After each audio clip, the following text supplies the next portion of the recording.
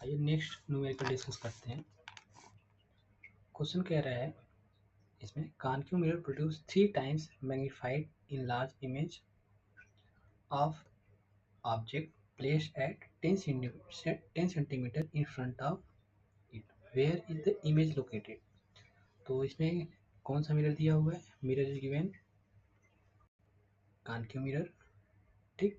और यहाँ पे 3 times magnified in large real image बन रहा है, ठीक है। यानी कि आपको समझ में आना चाहिए क्वेश्चन पढ़कर ही, क्योंकि इसके पहले formation of image in case of concave mirror पढ़ा था, तो ये इन लार्ज इमेज केवल एक ही रियल इमेज बन रहा है, इन लार्ज इमेज बन रहा है।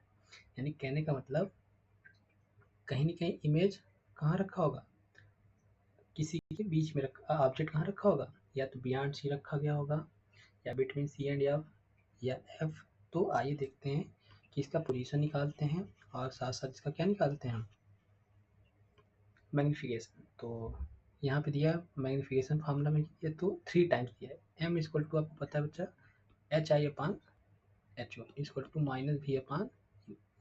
जो मैग्नीफिकेशन बोल रहा है यहाँ पर 3 टाइम्स, यानी कि अगर ये हाइट ऑफ इमेज है तो हाइट ऑफ इमेज जो है हाइट ऑफ ऑब्जेक्ट कितने गुना बन रहा है, 3 टाइम्स लार्जर बन रहा है।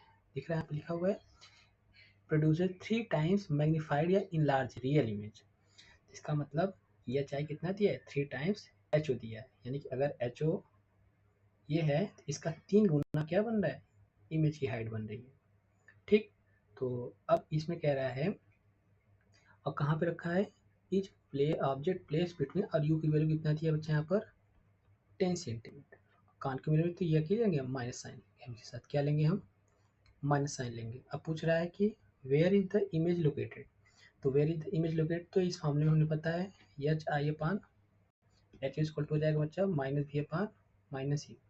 एच आई आपको दिया है कितना 3 टाइम एच ओ, और ये कितना दिया है एच ओ, ये हो जाएगा तो माइनस वी अपान क्या हो जाएगा ये यू, तो एच ओ से एच ओ कट जाएगा ये, ठीक है।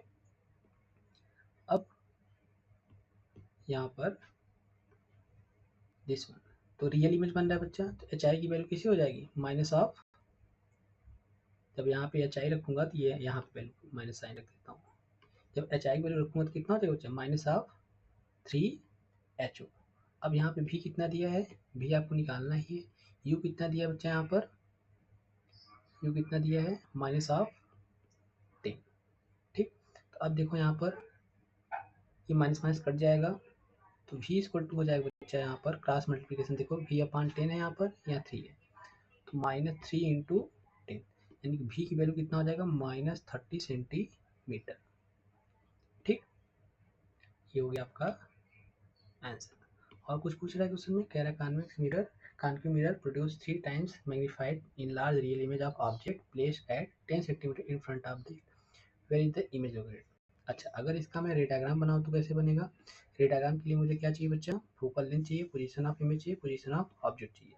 अगर इसी क्वेश्चन में और क्या पूछ लेता, also find the focal length of the given concave mirror, तो फोकल लेंथ निकालने के लिए क्या करोगे आप, 1 upon F equal to 1 upon V plus 1 upon, ठीक। तो इस केस में अच्छे से दे रहा हूँ 1 upon F equal to 1 upon V plus 1 upon U. तो इसमें 1 अपान एफ निकालने के लिए पूछ रहा है, वी कितना है बच्चा माइनस ऑफ 30 है, और यू कितना है माइनस ऑफ 10 है, माइनस ऑफ 10।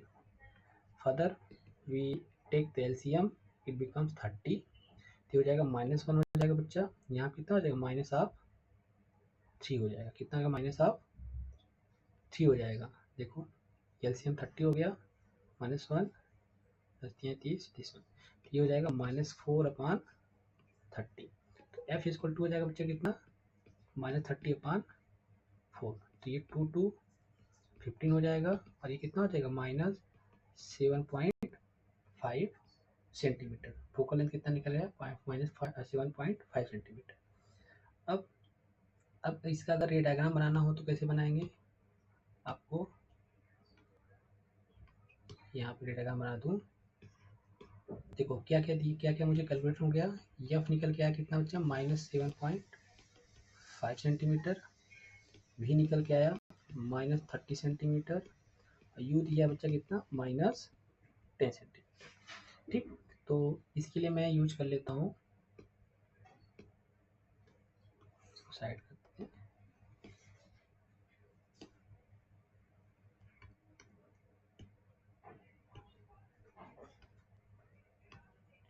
ये इस ये कान क्यों मिरर होगा, सॉरी कान में, हाँ कान क्यों मिरर दिया हुआ है,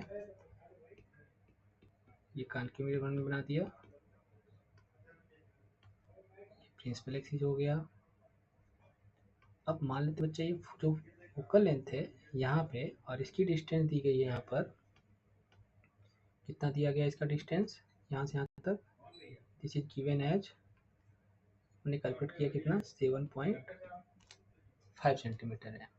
ठीक, अब ऑब्जेक्ट देखो कितना रखा है 10 सेंटीमीटर, इसका मतलब बियॉन्ड एफ रखा है। अगर ये 7.5 है तो फोकल कितना हो जाएगा, रेडियस ऑफ कर्वेचर का डिस्टेंस कितना हो जाएगा, रेडियस ऑफ कर्वेचर का डिस्टेंस हो जाएगा आपका यहाँ से यहाँ तक 15 सेंटीमीटर। कितना हो जाएगा ये, इसका 2 टाइम्स होता है, 2 टाइम्स एफ, तो 2 इंटू 7.5, तो it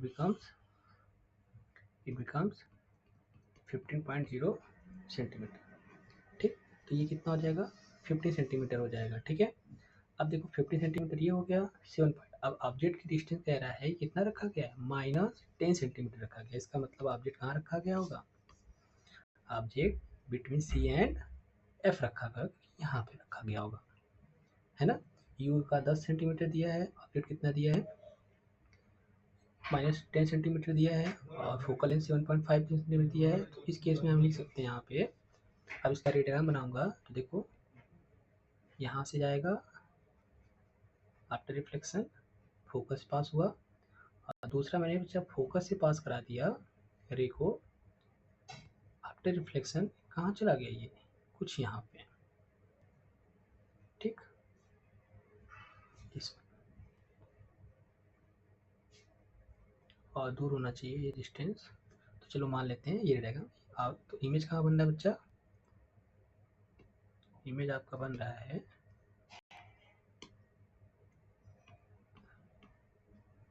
image is forming here.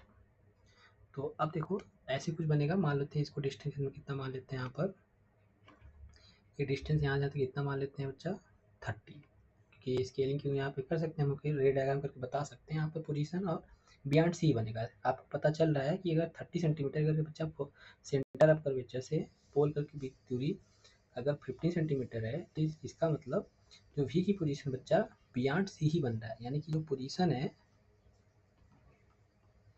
Position of image कहाँ बनेगा, बियॉन्ड सी, और बियॉन्ड सी कितना दूरी पर, -30 सेंटीमीटर पर। कैसा बनेगा, रियल बनेगा, और टुवर्ड द ऑब्जेक्ट ही बनेगा। ठीक है, तो इसका सोल्यूशन आपको कंप्लीट हमने दे दिया। इन केस इस क्वेश्चन में आपको फोकल लेंथ भी निकालने के लिए पूछ लेता तो आप कैसे निकालते, और ये भी कहता कि आल्सो ड्रा द रे diagram of this calculated value, तो मैं कुछ इस तरीके से बनाता डायग्राम। ठीक है, ओके क्लास, नेक्स्ट वीडियो में नेक्स्ट क्वेश्चन डिस्कस करते हैं। Okay, thank you.